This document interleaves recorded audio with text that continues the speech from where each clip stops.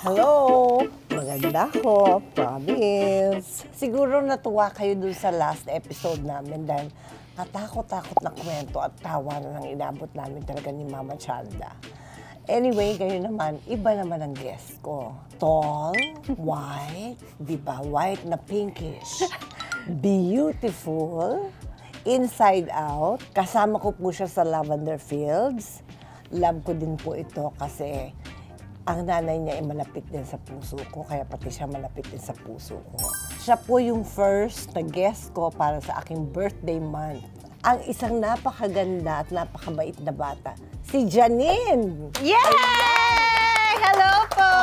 Nay, I love you! Love you, anak ko. Ang sweet mo naman, Nay. Kaya mahal na mahal kita eh. Kaya nga hindi naman tayo laging nakakapag-chika kasi naman lagi may kausap ka. Nakakainis ga, hindi mo lang kita masyadong naka-eksena sa Lavender Fields. Kaya thank you dahil ginest mo ko dito sa vlog. Ayan, naku, tuwan-tuwa nga ako nung sinabi mo, oo, di ba anak? Oo naman, Nay, ikaw pa ba? Ang ganda-ganda, oh. Kayo nga, pa-idol ko talaga si Inay. As in, yung mga teleserye niya, pinapanood ko, pangarap ko talaga siyang makatrabaho. Kaya super happy ako, Nay, naka-work Ako kita. na, happy ako. Anak, kamusta ka na ngayon? Mabuti! Ayan, masaya! Gusto ko yung ganyan. Yan ang gusto ko. Masaya. Masaya akong makita ka. Alam mo, Nay, kahit dati, bago pa tayo mag-Lavender Fields, sobrang saya akong makita ka palagi kasi palagi mo akong sinasabihan na maganda. Siyempre, mana ako sa'yo, pero... Dapat lang, anak, kasi yung sinasabi ko, totoo yun. Thank you, Nay. Maganda ka talagang bata at magaling ka pa. Thank yun ang you. talagang... May mga photos akong ipapakita from your IG. Magkukwento ka about it. Kasi parang naiintriga ako, di ba? May mga gano'n kasi sismosa akong anak eh. At saka nanay naman kita, kaya kahit ano sasabihin ko talaga sa'yo, Nay. Yeah, kunyari wala kayo dyan. Ayan, tignan mo yung picture na yan. Oh, di ba? Yes. Ikaw ang batang nakita ko, anak, na naka-bathing suit na hindi bastusin. Ay, thank you, Nay. Elegante pa rin. Thank you. Yan din po talaga yung gusto kong ma-achieve eh. Ito po kasi para dun sa calendar ko. So, syempre may pagka-sexy, pero gusto ko pa rin na yung classy. Kasi syempre, makikita din yan ng pamilya ko, di ba? Sexy na wholesome. Yes, Diba? opo. Yes. Yung parang proud ka lang sa pagiging fit at healthy, pero ano pa rin, parang classy, kumbaga. Class. Ang sexy mo, anak, anong sabi ng parents mo dito? Proud yung parents ko. Tsaka binigyan ko sila ng calendar. At tsaka, idol ko din kasi na yung lola ko si Mamita. Kasi di ba pagka-sexy yan, tapos dati pag nagko-concert, yung biglang hanggang dito pala yung slit, tapos puro legs. Pero pag tinignan mo pa rin siya, parang, ay, ano pa rin. Class, di ba? Parang ano lang, pagkababae lang talaga. Yun talaga. Film festival. Pinicturean ko yung screen sa Tokyo International Film Festival. Dito kasi ako nagpunta nung, kailan ba yun? October pa, November. Birthday trip ko na rin yun, Nay, kasi October ang birthday ko. Sakto yung pelikula ko po napunta dun sa film fest. So, nakapag-attend ako sa Tokyo Film Fest. Ang galing. Thank you, Nay. Kamusta yung trip sa Japan? Masaya. Actually, regalo yun sa akin ni Eko, Nay. Kasi bago yung Tokyo, meron pa pong isang film fest na naimbitahan ako. Pero di ako nakapunta kasi syempre nagtitaping tayo at priority talaga natin yung Lavender Fields. Yeah. So sakto ito kasi undas, so bakasyon. So nakapag-attend. Tapos sinamahan niya ako at kasama ko din yung team ko, yung friends ko, yung makeup ko, hair ko. So grupo kaming pumunta sa Tokyo. Tapos ang saya-saya kasi parang naging medyo mini bakasyon na rin. Ano to, anak? Lavender Fields! So, syempre, si Ate Jody, of course, Ate Jolens, and si Tyrone. Ito yung mga nauna nating promo para sa Netflix. Nagka-casting, di ba? Tapos, tinawagan ka. Anong reaction mo? Nung una kasi, Nay, ang narinig ko, si Sir Deo Panay. Oo nga. Ang huli is magmi-meeting kami para sa next show. Nakasama daw si Ate Jody. Sabi ko, oh my God, makatrabaho ko si Ate Jody. Idol ko talaga siya. Alam ko may mga video nga na sinasabi ko gusto kong makatrabaho si Ate Jody, ikaw, si Jericho. So, nung una, hindi ko maisip, ano kayang kwento? Kasi bihira lang na, di ba, yung dalawang babae talagang magkalaban. So, nung nalaman ko yung kwento, sobrang excited. Tsaka syempre may kaba kasi may pagka-action. Maganda ang role mo, anak. Hindi ka mukhang kontrabida, pero ginampanan mo na hate mo siya. Oo. Ganon, with passion. Yes! Napakahirap actually para sa akin, Nay. Pero alam nyo, guys, sobrang bait talaga ni Inay Maria. Kasi nung una pa lang, nung unang promo shoot natin, yung may mga maskara pa dun sa ABS-CBN. Sabi mo na sa akin, nak, tutulungan ba kita dito? Sabi ko, opo, please, Nay, tulungan mo. Kasi naka-nervous talaga yung role para sa akin. So, salamat, Nay, kasi binigyan mo talaga ako ng lakas. Ako, salamat naman sa Diyos. Totoo, sa totoo lang. Tribute, anak. Don't be intimidated. Anak, na-enjoy mo na doon sa project na ginawa mo? Siguro, yung mga damit ni Iris, masaya. Ang ganda ng mga damit mo doon. Kasi aura talaga siya, di ba? Yung diba? character niya, parang aura talaga kung aura, tsaka fashion, tsaka... At saka bagay sa'yo. Ay, thank you, Nay. Anong impression mo naman sa akin, anak, nung una Ay, tayo magkita? Doon, oh my natakot gosh. ka ba? Alam mo, Nay, yung palabas mo na talagang super sinubaybayan ko. Sa GMA pa ako noon, ang dalawang Mrs. Real. Ay, oo. Oh my God! Ang ganda-ganda talaga nun! Impression sa'yo, sobrang warm. Sobrang warm, Nay. Parang pakiramdam ko talaga, yung pakikitungo mo sa akin, Nay, parang anak mo talaga ako. Oo, anak talaga. Yung titignan ka pa lang ni Inay Maria, parang niyakap ka na. So, grabe talaga.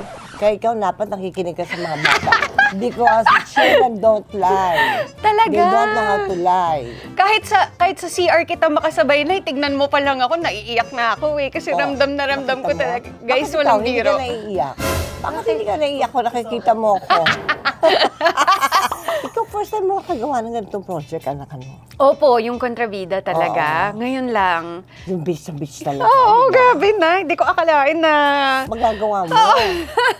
Pero Kasi... nakita mo, nakayanan mo. Ay, salamat sa Diyos talaga. At napagtagumpayan mo. Thank you, Nay. Thank you. Kaya grabe din ang pasasalamat ko sa mga nanood. Kasi ang sabi sa akin nila Miss Kylie, syempre yung Dreamscape, na kapag nagawa ko ng maayos tong role na to, na first time kong gawin, hindi siya katulad ng mga ibang. Ibig sabihin na kahit anong ibigay sa akin, pag pinagbutihan ko, maganda lalabas. So, talagang salamat sa tiwala nila sa akin at sa lahat ng nanood, syempre. Ayan tignan mo yan. Ay, si Lovey! Sakto kaka-mention ko lang nung teleserye niyo na parang kapatid ang tingin ko sa kanya kasi magkasama kami sa management tapos nag-work kami ng series na Sleep With Me na nasa Netflix din. Si Lovey, idol ko din yan, Nay. Actually, sa totoo lang. Yung mga ginagawa niyang pelikula, mga nakapag-festival din. Nung nag-uumpisa pa lang ako, yun yung pangarap ko para sa sarili ko. Malarating mo yan. Thank you, Nay. Na gusto ko yung merong may magandang teleserye, tapos nakakagawa din ng pelikulang magaganda. So, yan yung talagang hinangad ko din.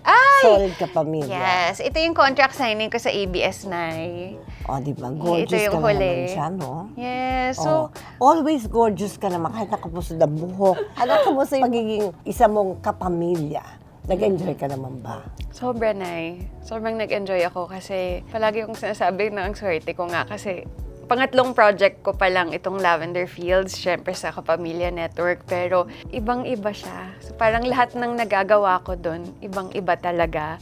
At syempre yung mga nakakatrabaho ko, di ba? Yung cast, sobrang mga bigatin talaga. Ikaw, Tito Edu, lahat. So, ang dami kong natututunan. Tsaka ang saya-saya lang talaga na... Masaya talaga sa set eh. Tsaka yung mga ginagawa natin ay, di ba, napapanood ng mga kapamilya all over the world, kahit saan man, di ba? Kaya nga ako naloka doon. Bakit na? Kasi nag-trending tayo. Sabi ko, yun ang beauty ko, nakikita sa... Naman! All over the world. Naman! All over the world. Naman! Ganon. Tsaka yung ginagawa mo na, di ba? At least nakakaabot tayo sa mga Pilipino, kung kahit nasaan man sila, di ba? Yung channel mo, yung palabas natin. Diba? Ano naman ito? Dirty Linen. So, So, ito yung palabas ko before Lavender Fields na. Sobrang okay. favorite ko din tong Dirty Linen kasi ang ganda-ganda ng kwento. Yun ang importante. Ang mga katrabaho ko naman dito, sila Tito Joel Torre, Miss Janice de Belen, si Zanjo. So, ang saya, ang ganda din talaga ng kwento. Dito ata nagsimula yung mga mata-mata acting. Siyempre, yung mata-mata, mga talagang kayo yung mga nagpaumpisan yan, Nay. Diba? Yung mga talagang matinding tinginan. Kasi pag tumingin ka na yun eh. Kahit wala kang sabihin. Yun naman talaga yung mata-mata acting. Anong nararamdaman mo pag napakarami nakaka-appreciate sa'yo dito sa set? Sobrang saya. Masaya, Nay. Kasi nung nag-uumpisa ako, syempre, hindi pa naman ako magaling umarte. Hindi pa naman ako marunong talaga. Parang syempre, try lang, di ba? Kung maitatawid. Tingnan mo, ang ganda siya, di ba? Nakasando lang yan. Nilapel dito. Ba't si Jen, nagsasando ka rin? Pero hindi naman ganun ang dating. Nakasando ka ba? Nagsasando yan paminsan. Ano talaga? Oo, pero Umupo ka na kaya dito? Ganyan ang dating niya. Mali. Tingnan mo si Janine, napaka-fresh ng bata. Look at her, she's wearing sando. Mali lang yung gising.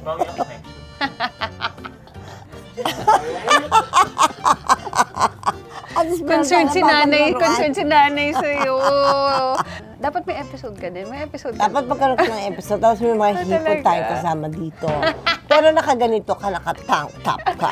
Yay! Ako yan, Nay. Tinamang puro pisngi. Thank you. Ako yata si Lolo Elvis ko. Tapos si Papa. Yung Si cellphone ni Ramon. Papa, o ganyan pa kalaki, oh. Oo nga eh. Yung mga Yung cellphone araw, na. di ba? Saan na to? Sa bahay ni Lolo dati sa Baguio. Nakahawak sa kwintas ni Lolo. Oh, bata pa lang marunong na. Oo. Humihingi agad. Anong pakiramdam ngayon ng maging isang Gutierrez? Ano, Nay? Siyempre, mahal na mahal ko yung mga kamag-anak ko. Lalo na si Lolo talaga. Kasi sobrang, ako yung una niyang apo eh. Tapos dati, every day after school, mga kinder, pinupuntahan ko si Lolo. Tapos, sinasama niya ako mag-swimming. As in, super talagang nakabonding ko siya nung bata ako. Kaya masaya Si talaga. Mama Guy, nakabanding mo ba? Si Mama Guy, nung bata ako, dinadalaw din po talaga namin siya. Opo. Very Tapos good. nung sa GMA, meron ding mga times na nakatrabaho ko siya.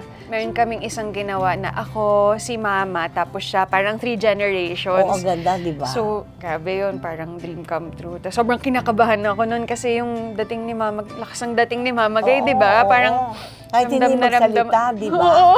Walang salita, parang mata lang, titignan ka lang ng ganyan. Parang natunaw ka na, parang ice cream. Opo, talaga. So, syempre mga nagsisimula pa lang ako nun. So, kabang-kaba ako. Masabi ko ba yung linya ko or ganyan. So, masaya. Ano ito? May kumpulan dito. Ano to? Christmas to. Kila Lolo din to, na kay Lolo Elvis, tsaka kay Tita Annabel, Tita Rufa, Uncle Tonton, yun si Papa, Uncle Richard. Ang dami Lahat nyo, sa no? yan yung mga Gutierrez. So, kadalasan pag Pasko talaga magkakasama kami doon sa, either sa bahay ni Lolo or sa bahay ni Uncle Richard. Ganun. Paano kayo kapag magkakasama ng buong pamilya? Yun ang gusto ko malaman. Masaya. Masaya lang. Parang catch up. Kasi syempre lahat yan mga busy eh. So usually simple lang naman talaga, kain, tas kwentuhan. Masaya lang. Grateful din ako syempre sa nanay ko kasi in-encourage talaga niya ako na maging independent simula nung nag-artista ako. Parang a few years after mag-artista, bumukod na ako, tapos nakakuha ng sariling kondo, ganyan. So, malaking bagay din pala yun na yung daming natutunan. Ang ganda naman yan. Ay, si Mamita. Alam mo ba, basta dadapa siya pag naka-rubber shoes? Oo nga, Nay. Oo, kasi nakasama ko siya sa I Will Survive. Oh my gosh. Yung movie. Doon niya kwento sa akin, Maricel, I can run with my heels. But guess what? I cannot run with these rubber shoes. I will get tapilok. Oh my gosh, totoo, Nay, talaga! Totoo. May ginawa kaming pelikula para sa Netflix din, yung Ikaw. Yung role niya doon, probinsyana, nag-ano ng karinderya. So, syempre, naka-chinelas or naka-rubber shoes. Reklamo siya ng reklamo na, ay, ang init pala ng rubber shoes. Or parang, ang hirap naman maglakad sa naka-flat. Oo, Iba. hindi niya kaya. Kahit sa bahay, meron siyang konting takong. Anong labanan mo naman kay Mama Pilita? Well, tinatry ko gayahin yung ano niya, pagiging professional niya. Kasi si Mamita talagang feeling ko parang workaholic yan eh. Parang, di ba, work lang ng work simula nung bata ako. Pero sobrang generous niya sa aming mga apo. Dati, kahit anong makita lang niya na damit niya na hindi niya pa nagagamit, iuwi mo na to, or gamitin mo to pang taping, or gamitin mo to. Lahat talaga ibibigay niya para sa pamilya. Sino niya? Nanay na. Si Nalaman Mama. mo yan. Di ba? Grabe na yun, kilala mo talaga lahat ng kamag-anak ko. Nakakatawa. Siyempre. Nag-start ako, 6 years old pa lang ako, nag-start na ako. Napakaswerte ko lang kasi siyempre, yung mga nakikilala ko, katulad mo, bago ko pa kayo makatrabaho, kaibigan nyo na lahat ng mga mahalaga din sa buhay ko. Kabait ang nanay mo. Opo, sobra. Lagi niyang advice sa'yo, lalo na sa love life. Sa love life? Siguro unang-una na yung huwag mag-asawa agad. Huwag mag-asawa ng bata kasi siya... Huwag mamadaliin. Opo. Oo. Parang select and select, then choose the best. Parang may sinasabi ka ron, di ba? You have to enjoy your life habang bata ka. Don't commit yourself muna. Parang gano'n. Na-commit ka na ba? Sabay gano'n, di ba?